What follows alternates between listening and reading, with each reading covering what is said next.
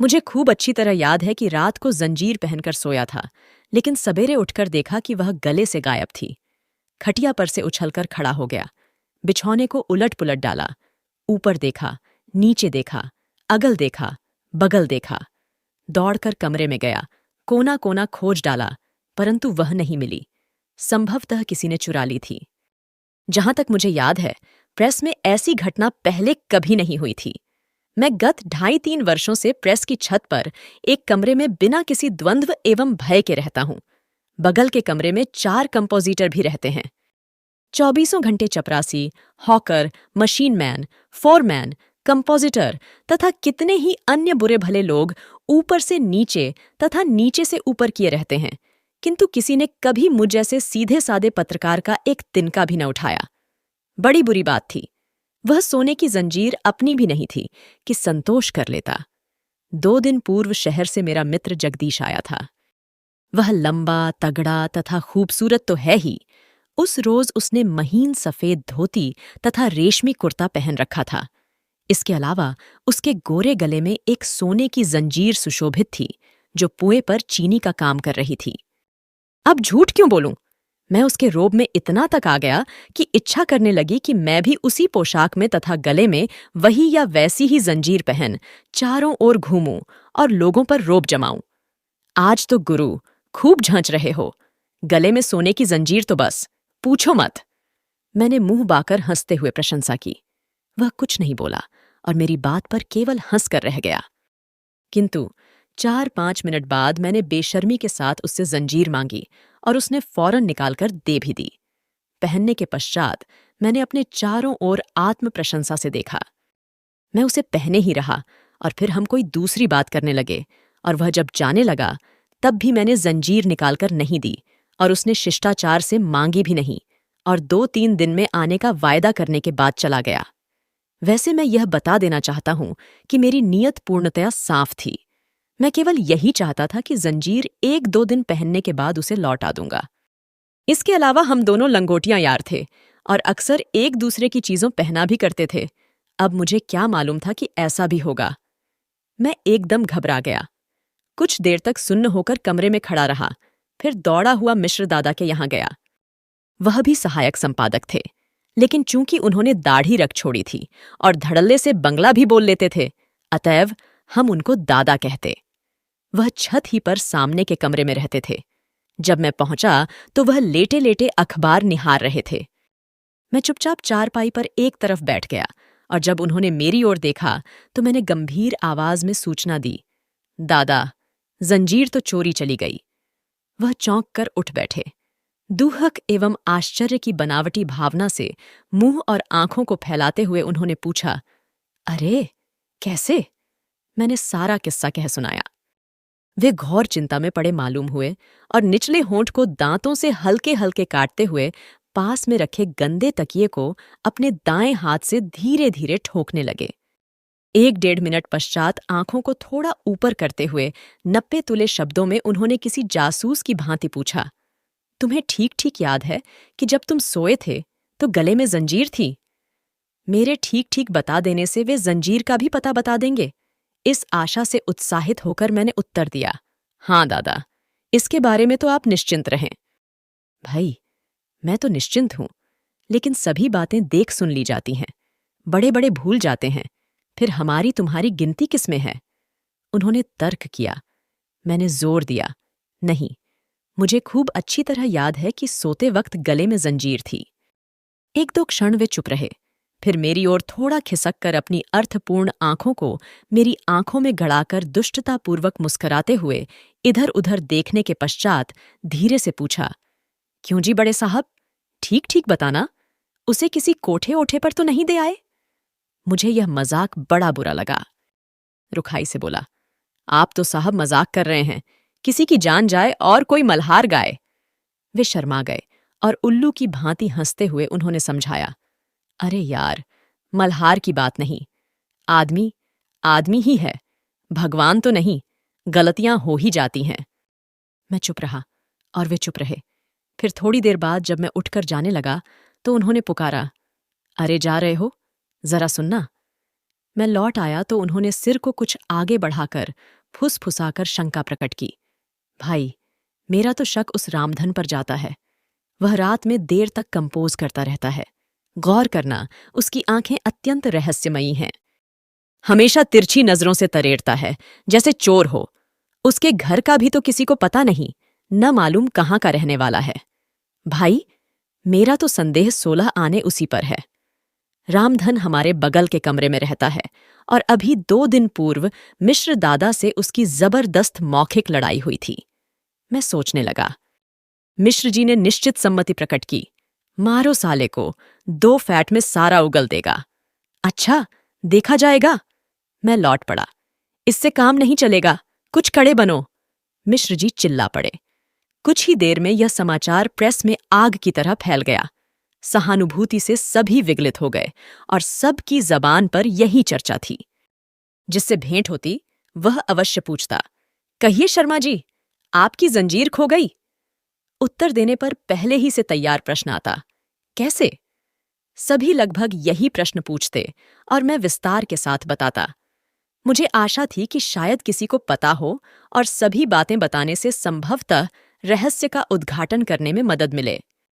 लेकिन प्रश्नकर्ता रुचि के अनुसार 1 आध मिनट तक चुपचाप अफसोस की मुद्रा में जमीन की ओर देखते, फिर सिर को झटका देते हुए, हूं या क्या बताएं साहब, कहकर और मेरी ओर एक रहस्यमयी दृष्टि डालते हुए धीरे धीरे खिसक जाते, जैसे मैं ही चोर हूं। प्रेस मैनेजर गुलजारी लाल जी ने मुझे बुलवाया और सभी बातें जानने के पश्चात बोले, शर्मा जी, माफ कीजिएगा, आपको दूसरे की चीज लेने की आखिरकार हिम्मत कैसे पड़ी? वह भी सोने की जंजीर। मैं तो साहब, कोई देता भी तो इनकार कर देता, और ली भी जाती हैं तो छोटी छोटी चीजें।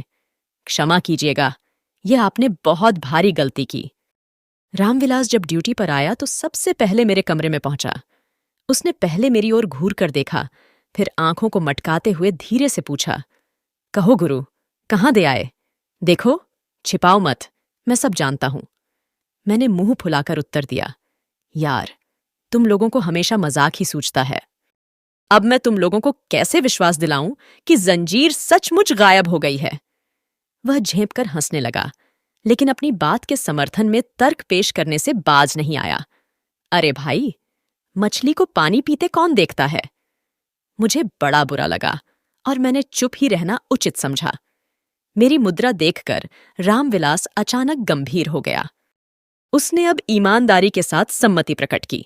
खैर, यह तो मजाक की बात रही, लेकिन यार शर्मा, बुरा न मानना, तुम्हारी लड़कपन की आदत अभी छूटी नहीं। इतने बड़े हो गए, यूनिवर्सिटी में भी पढ़े हो, इसके अलावा एक पत्र के सहायक संपादक हो, लेकिन शौक क्या है कि जंजीर पहनूं? ठीक देहातियों की तरह। मेरा ख्याल है 150 की चपत पड़ी। तुमसे मैंने कल रात को ही कह दिया था कि देखो, जंजीर खो न देना, लेकिन तुमने कहना माना ही नहीं। मैं अब खोजबीन, पूछताछ तथा जांच पड़ताल कर रहा था, लेकिन इसके बावजूद प्रेस कर्मचारियों ने इस संबंध में अपनी धारणाएं बना ली थीं। मोटे तौर पर 3 मत संगठित हो गए। प्रथम दल का कहना था कि शर्मा ने जंजीर किसी रंडी मुंडी या किसी लगाई को दे दी है। इसमें उसका कोई दोष नहीं। जंजीर साफ दिल से लौटा देने के लिए ली होगी, किंतु कोठे पर जाकर मजबूर हो गया होगा। रंडी ने नखरे से मचलकर जंजीर मांग ली होगी और वह इनकार नहीं कर सका होगा और अब यहां आकर चोरी का बहाना कर रहा है। दूसरी पार्टी के लोग चोरी का कैसे पता लगाया जाए, इसकी जरा भी चर्चा न करते हुए इस पर जोर देते कि मैंने जंजीर लेकर भारी गलती की।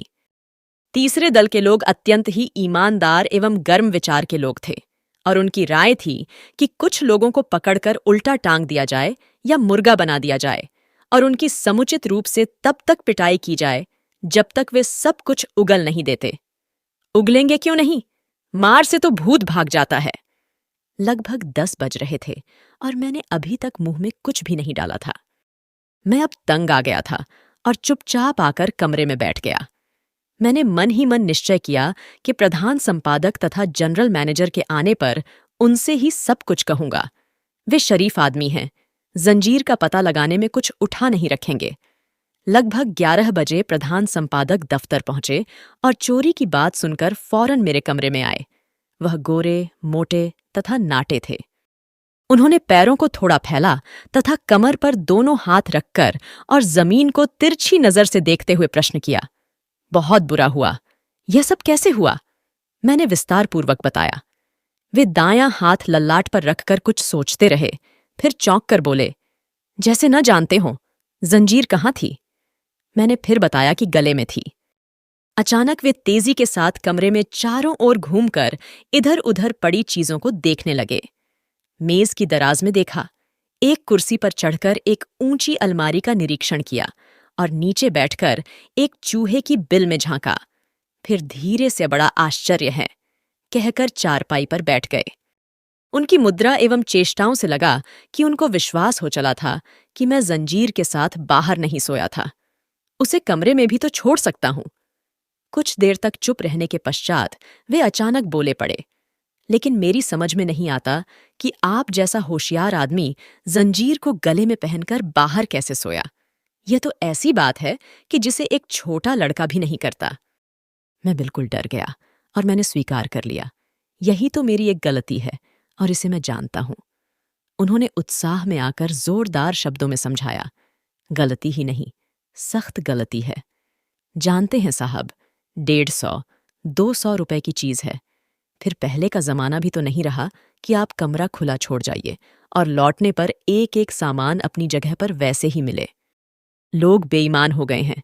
वे एक दूसरे की चीजों हड़पने की फिराक में रहते हैं।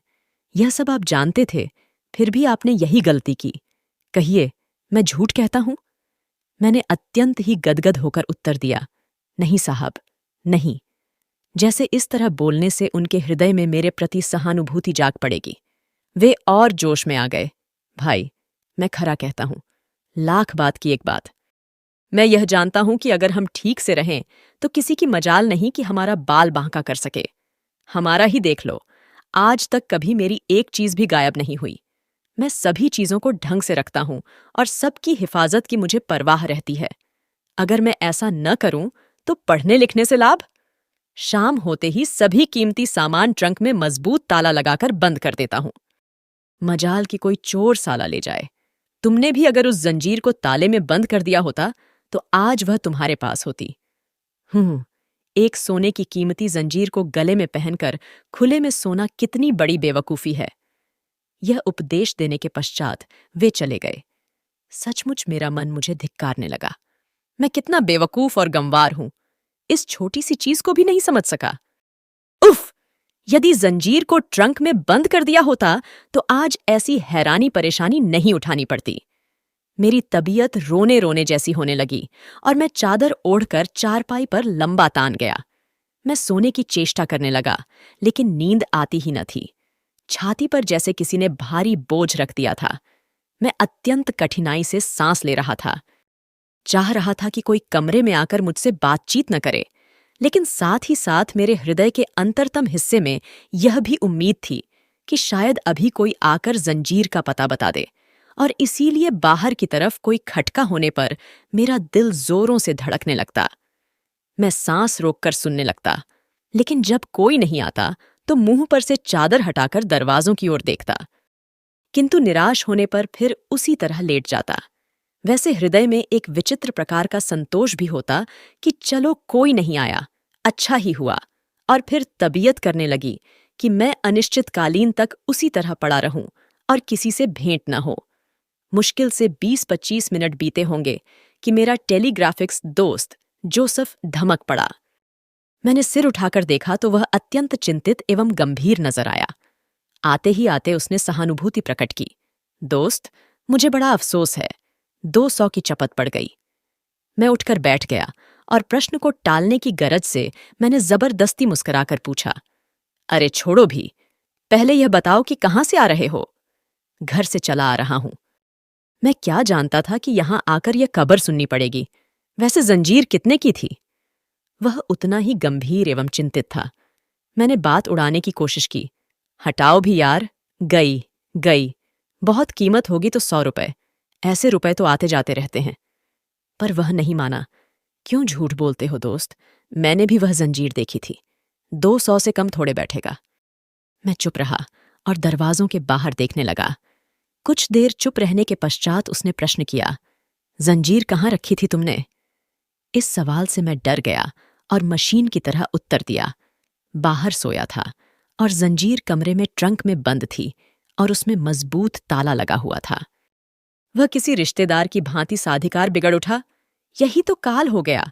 जंजीर क्या ताले में रखने की चीज है जिस पर सबकी नजर लगी रहती है? यार, तुम अजीब बुद्धू हो। वे उसे वनमानुष की तरह देखने लगा। उसने समझाया, भले आदमी, तुम्हें तो मालूम ही है कि कीमती चीजों को ऐसी जगह रखते हैं कि जहां किसी व्यक्ति की नजर ही न पड़ सके। जंजीर ही का मामला ले लो। तुम मेज की दराज में एक किताब के अंदर रख सकते थे। किस साले का दिमाग वहां पहुंचता? भाई, मैं तो आज एक ट्रंक को सुरक्षित नहीं समझता। सचमुच वह ठीक कहता था। बात मनोवैज्ञानिक थी और यदि इस तरह से सोच समझकर काम किया जाए तो चोरी मुश्किल से हो। मुझे अपनी बेवकूफी पर बार बार अफसोस और पश्चाताप होने लगा। जोसेफ के जाने के पश्चात मैं फिर उसी तरह लेटा रहा, पर इत्मीनान नहीं हुआ तो उठकर दरवाजों को भीतर से बंद कर लिया। 5-1 मिनट के बाद ही United Press on of India का संवाददाता परेश बनर्जी पहुंच गया। पहले तो मैं कुछ न बोला, लेकिन उसने बाहर से जब जोर जोर से किवाड़ थपथ पाना शुरू कर दिया तो बाध्य होकर दरवाजा खोलना पड़ा। उसने भी आवश्यक प्रारंभिक जांच पड़ताल करने के पश्चात पूछा, जंजीर रखा कहाँ था? मैंने जल्दी से थूक घोंटकर बताया, इस मेज की दराज में एक किताब के अंदर थी। मुझे विश्वास था कि कम से कम कोई जंजीर को दराज में रखने का विरोध नहीं कर सकेगा, लेकिन परेश का दूसरा ही मत था। उसने अपने सिद्धांत पर विस्तारपूर्वक प्रकाश डाला। दराज में रखा? जैसे किसी सेफ में रख दिया हो। तुम तो यार लड़कों से भी गया बीता आदमी है। तुम यहां एडिटरी खाक करता है। जंजीर दराज में रखने का चीज है? तुमने बहुत सा नावेल पढ़ा होगा कि चोर डाकू लोग दराज का अच्छी तरह तलाशी कर लेता है। इस पर भी तुमने दराज में रख दिया। जंजीर को रखने का सबसे अच्छा तरीका तो यह होता कि उसे मनी बैग में रखकर तकिया के नीचे दबा देते और ऊपर से सो जाते। बस किसी के बाप को पता नहीं लगता कि जंजीर कहाँ रखा है। परेश बनर्जी की बात भी बड़ी जबरदस्त थी। उसके जाने के बाद मैं कुछ देर तक गाल पर हाथ रखकर चुपचाप सुन्न बैठा रहा और फिर अचानक उठ खड़ा हुआ। जल्दी से कमीज बदली, जूते पहने और दरवाजों को बंद करके बाहर निकल पड़ा।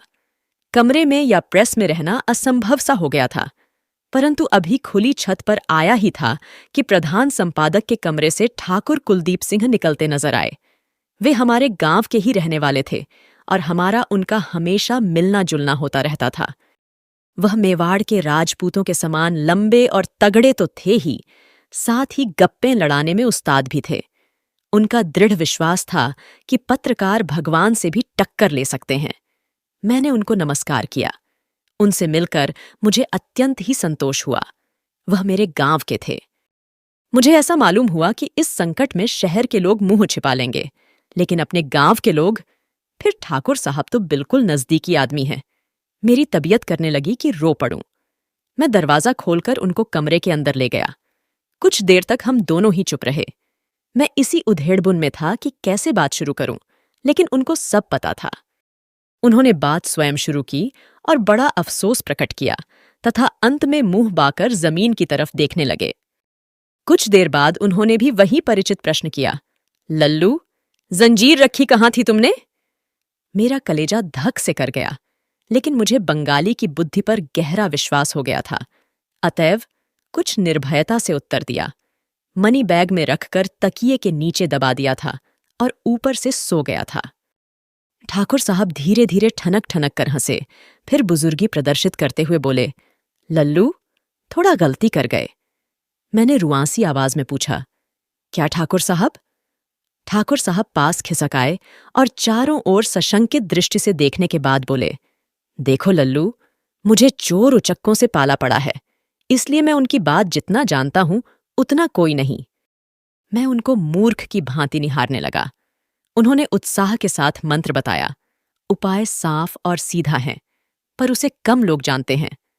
भाई देखो, चोर का दिल आधा होता है और वह वहीं पर चीजें चुराने की कोशिश करता है जहां से लोग दूर रहते हैं। तुमने जंजीर तकिए के नीचे रख दी थी। वह थोड़ी होशियारी तो थी, लेकिन पूरी नहीं। अरे कहाँ भी गया है सोना मरना एक समान। मान लो सिर तकिए से खिसक कर नीचे चला गया, या तकिया इस तरह खिसक गया कि जंजीर दिखाई देने लगी, तो क्या होगा? उन्होंने यहां रुककर मेरी ओर प्रश्नपूर्ण दृष्टि से देखा। उनकी आंखें किसी विश्वविद्यालय के उस शिक्षक की भांति चमक रही थीं, जो विद्यार्थियों को कोई कठिन विषय सफलतापूर्वक समझा रहा हो। फिर उन्होंने होंठों को दबाते हुए रहस्योद्घाटन किया। अरे होगा क्या? चोर देखेगा तो जंजीर या मनी बैग, जो चीज हो, अवश्य उठा लेगा। छोड़ेगा थोड़े। इसीलिए तुम्हें जंजीर को गले में पहनकर सोना चाहिए था। एक तो किसी की कल्पना ही वहां तक नहीं जाती, और यदि किसी भी हालत में जाती भी तो किसी की हिम्मत नहीं पड़ती कि हाथ लगा दे। लल्लू, मेरा तो सब जाना सुना है। यह कहानी यहीं खत्म होती है। और हाँ, अगर आप कोई अपने पसंद की कहानी सुनना चाहते हैं तो कमेंट में जरूर बताइए, मैं कोशिश करूंगी। और प्लीज लाइक और सब्सक्राइब करना मत भूलिएगा। सुनने के लिए धन्यवाद।